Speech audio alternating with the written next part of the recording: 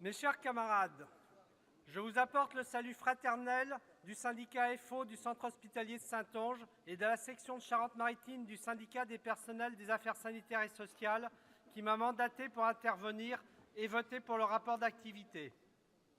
La section SNPAS regroupe les agents des ex-DAS affectés maintenant en agence régionale de santé et direction départementale interministérielle de cohésion sociale.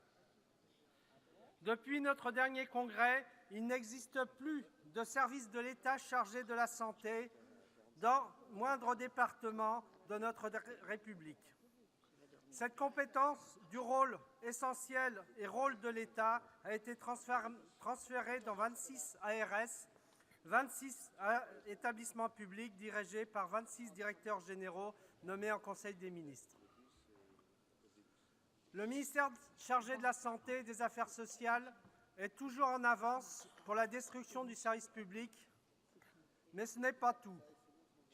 Au prétexte que les ARS sont composées à la fois de fonctionnaires et à la fois de personnel régi par les conventions collectives des organismes de sécurité sociale, les agents de l'État ont été privés des droits de représentation du statut général de la fonction publique, le comité technique, tout comme d'ailleurs les personnels de la sécurité sociale ont été privés de leur comité d'entreprise. Ils veulent aller plus loin en avançant vers un statut unique public-privé, en fait un cadre national général et des droits régionaux ARS par ARS. Nous avons été auditionnés au Sénat dans le cadre de la mission d'évaluation et de contrôle de la sécurité sociale, la MEX.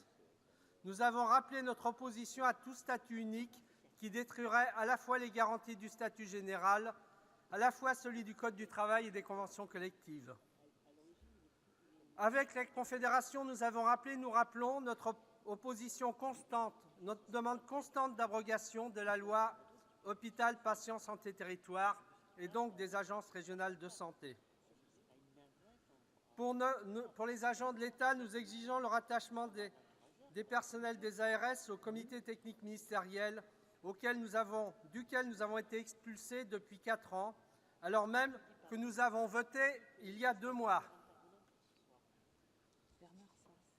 Depuis 2010, année de création des ARS, nous nous coordonnons avec nos camarades des autres départements de la région administrative Poitou-Charentes pour lutter contre les conséquences de la loi HPST, contre les politiques de destruction de l'hôpital public et de la protection sociale.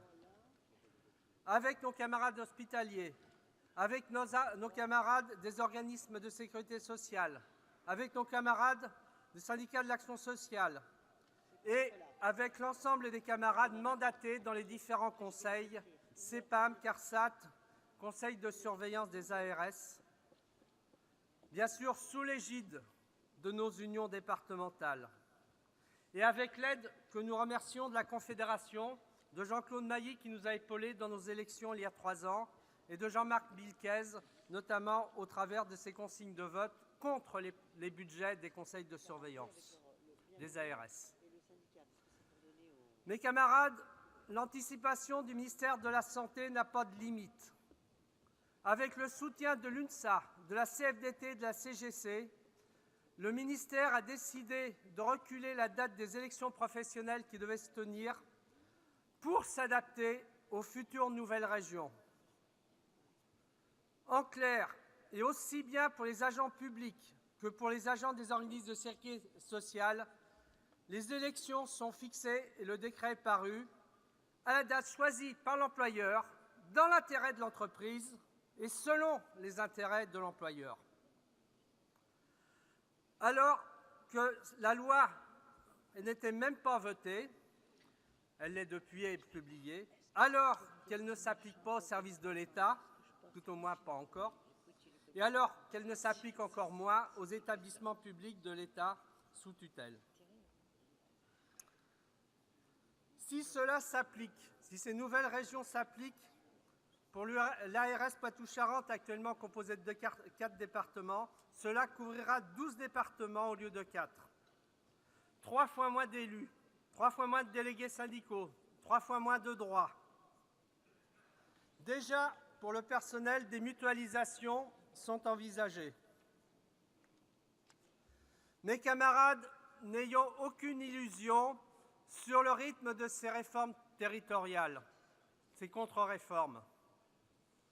Si nous les laissons faire, ils n'atteindront, et vous en avez eu l'exemple, même pas les échéances qu'ils ont fixées dans la loi pour détruire. Ce qui reste au service du ministère de la Santé et de mettre en œuvre les politiques des nouvelles régions.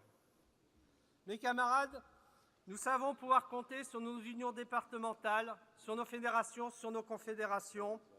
Vive la Confédération Force ouvrière!